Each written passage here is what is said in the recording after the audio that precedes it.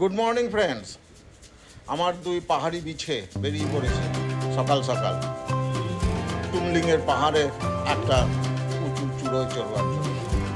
দুই বিছে বেরিয়ে পড়েছে, টুকটুক করে এগিয়ে চলেছে, পাহাড়ের চূড়ায় চড়বে।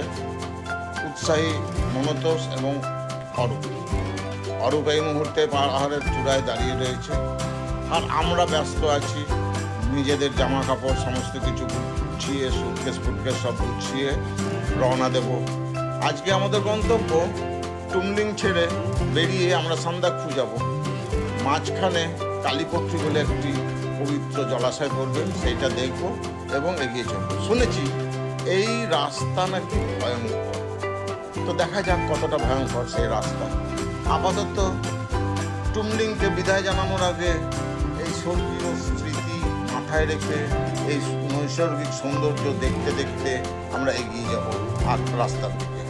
রাস্তা মনে হচ্ছে খুব একটা খারাপ হবে না, ভালোই লাগছে, নট ব্যাড। তবে দেখা যাক কতদূর ভালো থাকে, তারপরে কতটা খারাপ হয়।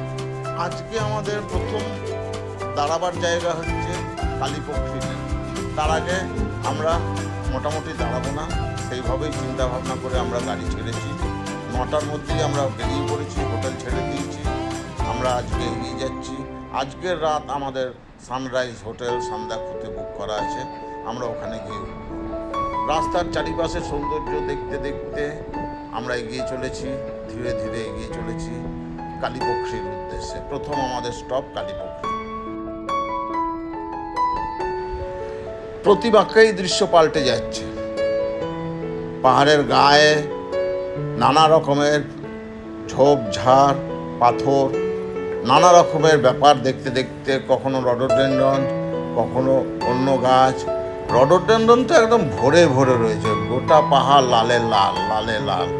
কতটুকু দেখাতে পারছে এই কুয়াশার ফাঁকে সেটা বড় কথা নয়, তবে প্রচুর নিজেদের চোখে যা দেখছি সে যেন অপূর্ব এক দৃশ্য। আপাতত আমরা মেঘের মধ্যে ঢুকে যাচ্ছি, মেঘের মধ্যে দিয়ে আমরা এগিয়ে চলেছি। মেঘ আমাদের চারিদিকে ছেয়ে ধরেছে, তার মধ্যে দিয়েই আমাদের গাড়ি এগিয়ে যাচ্ছে। আর এই সাদা মেঘের চাদরের উপরে, ক্যানভাসের উপরে যে কি সুন্দর লাল রডোডেনড্রন ধরে রয়েছে, মানে অদ্ভুত একটা সিনিক বিউটি চোখের সামনে বারবার আসছে। এই জন্যই তো এই পথে আসা। পৌঁছে গেলাম কালীপক্ষী লেকের সামনে।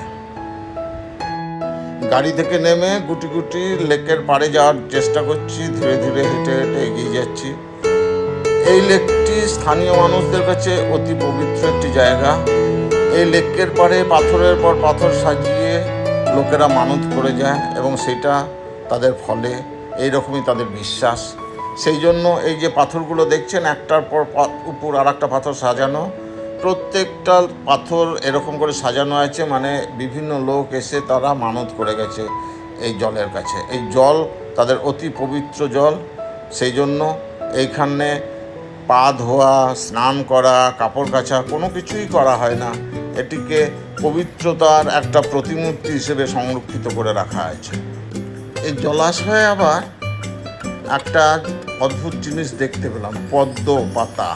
সমস্ত এই যে পদ্ম পাতা দেখা যাচ্ছে, পদ্ম ফুল দেখতে পাইনি, কিন্তু পদ্ম পাতা মানে তলায় পদ্ম গাছ আছে সেটা দেখতে পেয়েছি। আর এত সুন্দর ল্যান্ডস্কেপ চারিপাশটা, খানিকটা সময় এখানে না কাটালে এই জার্নি বৃথা হয়ে যাবে। আমরাও অনেকটা সময় এখানে কাটালাম, খুব ভালো লাগলো চারিদিকটা ঘুরে ফিরে দেখতে। এতক্ষণ ভারতের রাস্তা দিয়ে আসছিলাম, ড্রাইভার সাহেব বলল এবার আমরা নেপালের রাস্তা ধরবো, কারণ ওটা নাকি একটু ভালো ভারতের থেকে। ভাই ভালো কোন দিক থেকে সেটা তো খুঁজে পাচ্ছি না। এতক্ষণ তো তাও কংক্রিটের একটা রাস্তা দেখতে পাচ্ছিলাম, এবার তো মাটির উপর দিয়ে গাড়ি চলেছে। যদিও প্রকৃতি খুব সুন্দর, এখানে কি বলবো, ভাষা হারিয়ে যাচ্ছে। এত সুন্দর রডোডেনড্রনের জঙ্গল, চারিদিকটা পুরো লাল, অপূর্ব লাগছে। কিন্তু রাস্তা খুব খারাপ ভাই। এই রাস্তা দিয়ে যেতে যেতে রাস্তার ভিডিও করা অসম্ভব একটা ব্যাপার হয়ে যাচ্ছে, কারণ নিজেরাই গাড়িতে বসে থাকতে পারছি না ঠিক করে, সোজা হয়ে বসেই থাকতে পারছি না, তার মধ্যে ভিডিওগ্রাফি, ফটো কী করে তুলবো। করতে করতেই পৌঁছে গেলাম আমরা সান্দাকফুতে। আমাদের সানরাইজ হোটেল দূর থেকে দেখতে পাচ্ছি, সেখানে আমরা পৌঁছে গেছি। হোটেলে চেক ইন করতে যতটুকু সময়, তারপরেই আমার পাহাড়ি বিছেরা বেরিয়ে পড়লো। ওই যে দূরে দেখতে পাচ্ছেন ভিউ পয়েন্ট, ওখানে যাবে। এবারে আরও একজন সঙ্গী হয়েছে এই দুই বিছের সাথে, সে হচ্ছে দীপঙ্কর ওরফে দীপু। সেও এবারে ওদের সাথে উৎসাহী হয়ে উপরে যাওয়ার চেষ্টা করছে। কত দূর যাচ্ছে দেখি।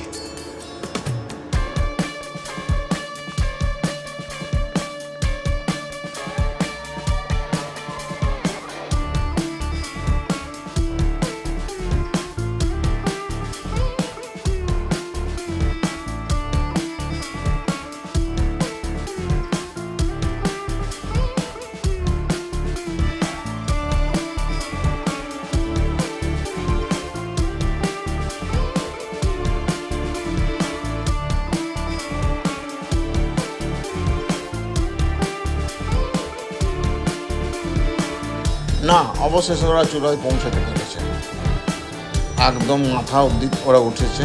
Hats of my dear friends, তোমরা সত্যি এই 65 বছরের যৌবনে যা দেখালে অদ্ভুত।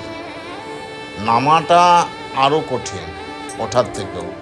ওঠাটা তো কোনো রকম করে উঠে গেছে, 4 হাত পায়ে সবাই মিলে নামছে, দেখো কি অদ্ভুত লাগছে।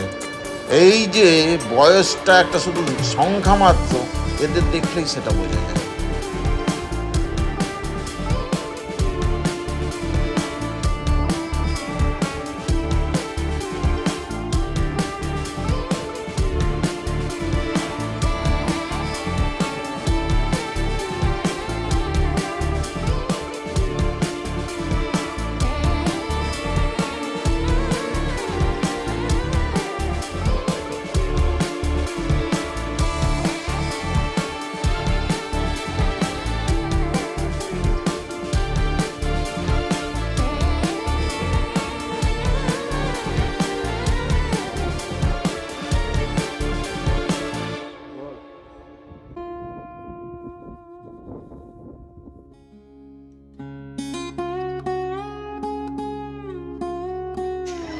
দিনটা ছিল 15ই এপ্রিল, পয়লা বৈশাখ, অধমের জন্মদিন।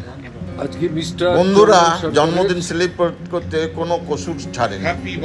যতটুকু যা সাধন পেয়েছে 12,000 ফিটের উপরে উঠে, সেইটুকু দিয়েই আমার জন্মদিন সেলিব্রেট করেছে। আমি ওদের কাছে কৃতজ্ঞ। আর এটাই আমি চেয়েছিলাম, শহরের বুকে বসে জন্মদিন সেলিব্রেট করার থেকে এইরকম একটা জায়গায় আমরা বন্ধুরা মিলে আমার জন্মদিন সেলিব্রেট করবে, এটা আমার জীবনের সব থেকে বড় পাওনা। Thank you my dear friends for doing this. I am very very grateful to you all. জন্মদিন তো ভাই সেলিব্রেট হলো, আমরা পৌঁছে গেছি সান্দাকফু, উঠেছি সানরাইজার্স হোটেলে। সানরাইজ কি আদৌ আমরা দেখেছি? মাউন্ট এভারেস্ট, কাঞ্চনজঙ্ঘা, লুৎসে, এগুলো কি আমরা দেখতে পেয়েছি? এসব প্রশ্নের উত্তর থাকবে আগামী এপিসোডে। অবশ্যই আগামী এপিসোড দেখবেন। প্রচণ্ড চাঞ্চল্যকর একটা এপিসোড হতে চলেছে, দুর্ধর্ষ একটা এপিসোড হতে চলেছে। ততক্ষণ stay tune with Chandan the travel Bloggers. ধন্যবাদ, আজকের মতো শুভরাত্রি।